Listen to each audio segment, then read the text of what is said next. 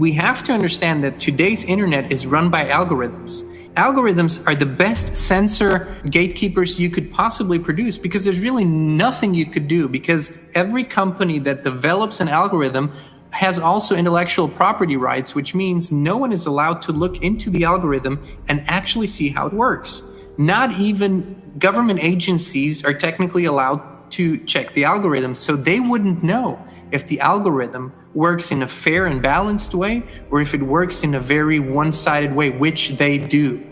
And so what has happened over time, no matter how many algorithms we have received on the internet, no matter how much censorship and control there was, the people have always found a way around, and we keep communicating with each other. We keep exchanging wisdom and information. We keep the internet fairly free for now. But this, what's going to happen, what's going to unfold, was always going to happen. What I'm talking about is in recent months and in recent years, we have seen a large increase in structural cyber attacks. Those are not your regular, we're going to steal credit card info and try to funnel out some money. This is real structural things where big structures, big corporations, big platforms, big government websites were being attacked now. You could think these are random events because these glitches have been happening all across the planet, whether that's Iran, whether that's Saudi Arabia, whether that's Germany, whether that's the United States or Canada, Asian countries. It's been happening all over the place. There is a common theme. These are preparation attacks. We believe there's going to be a basically internet shutdown event where such structural cyber attacks will happen that for most of the planet, the internet will be turned off and we won't have access to 90% of all the services because everything now is internet based. Now, this won't be a coincidental event. This will be a planned event, and there's a particular reason. The plan is to completely restructure how we use the internet. It has been tried before, but countries up until now have fought against too much control in the internet, and they have fought off the idea of something called a digital citizenship, where every human being that wants to access the internet needs to have a digital passport, a digital citizenship, because the internet is going to be considered as the largest country, a digital country, if you will, a digital entity.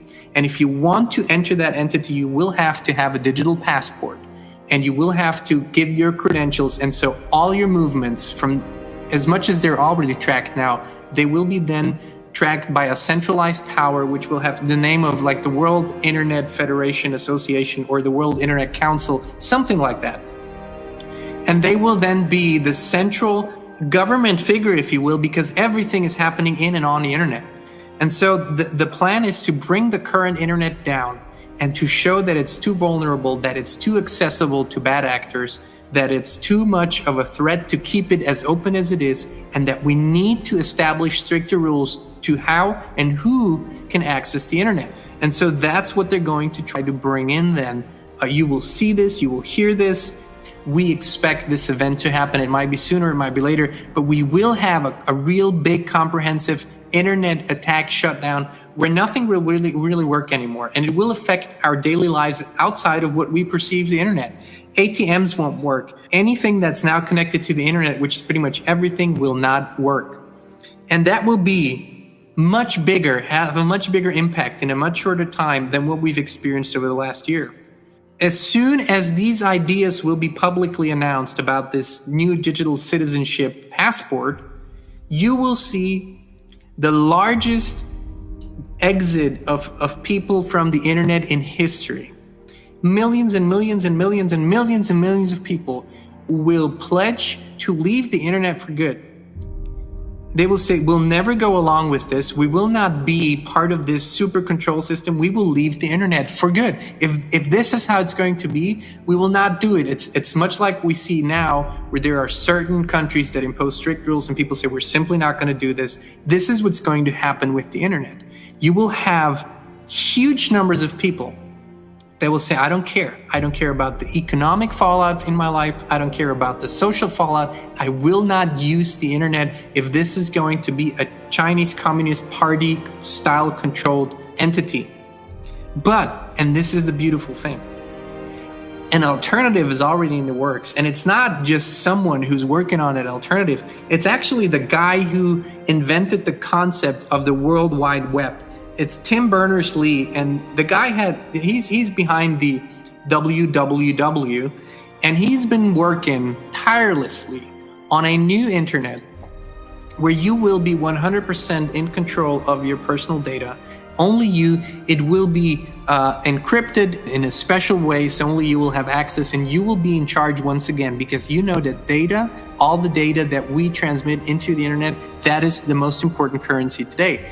So this guy and his team, they've been working tirelessly for years now on this new internet, and they are ready because they know this is coming, and they will launch this very soon, and it will become a new revolution. But there is a possibility that between the old internet going down, between this new digital citizenship passport thing, and the launch of the new really private and data secured internet, there might be a gap in between.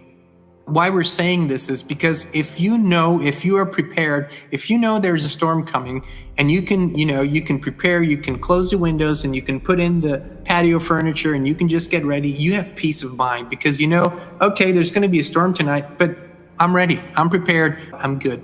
So this event is going to happen. Whether it's going to happen as a big boom all over the world, or whether it's going to happen Europe one attack and then North America the other attack, we don't know that. Whether it's going to spread slowly or going to be a one-time thing, that we can't tell you, but it is going to happen.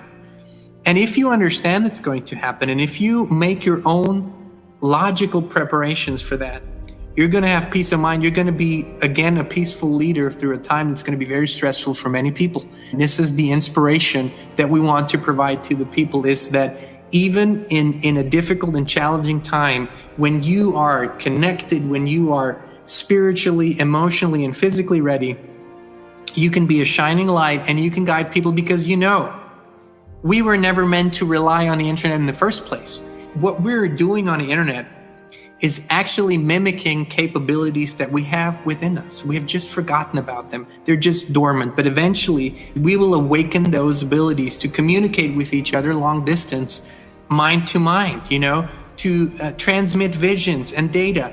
All of that, we couldn't have invented the internet if we didn't have this natural vision within us. It comes from a place, and it comes from a knowing that we actually, as humans, can do these things without technological help. We're not quite there yet. So we're still using the internet and technology to help us bridge the gap.